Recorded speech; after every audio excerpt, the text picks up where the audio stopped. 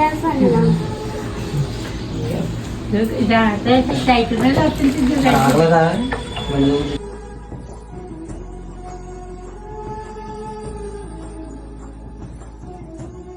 ఎక్కువైపోయిందండి. మొన్న వచ్చామండి ఆడికి పోతాయండి.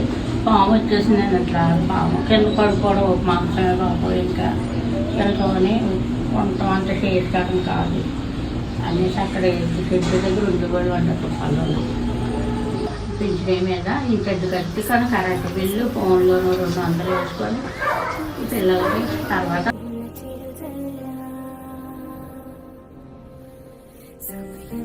మీరందరూ తెల్లగా ఆయుర్వేదంగా ఉండాలి, బాగా చదువుకోవాలి, వ్యాపారాలు బాగా ఉండాలి బాబు.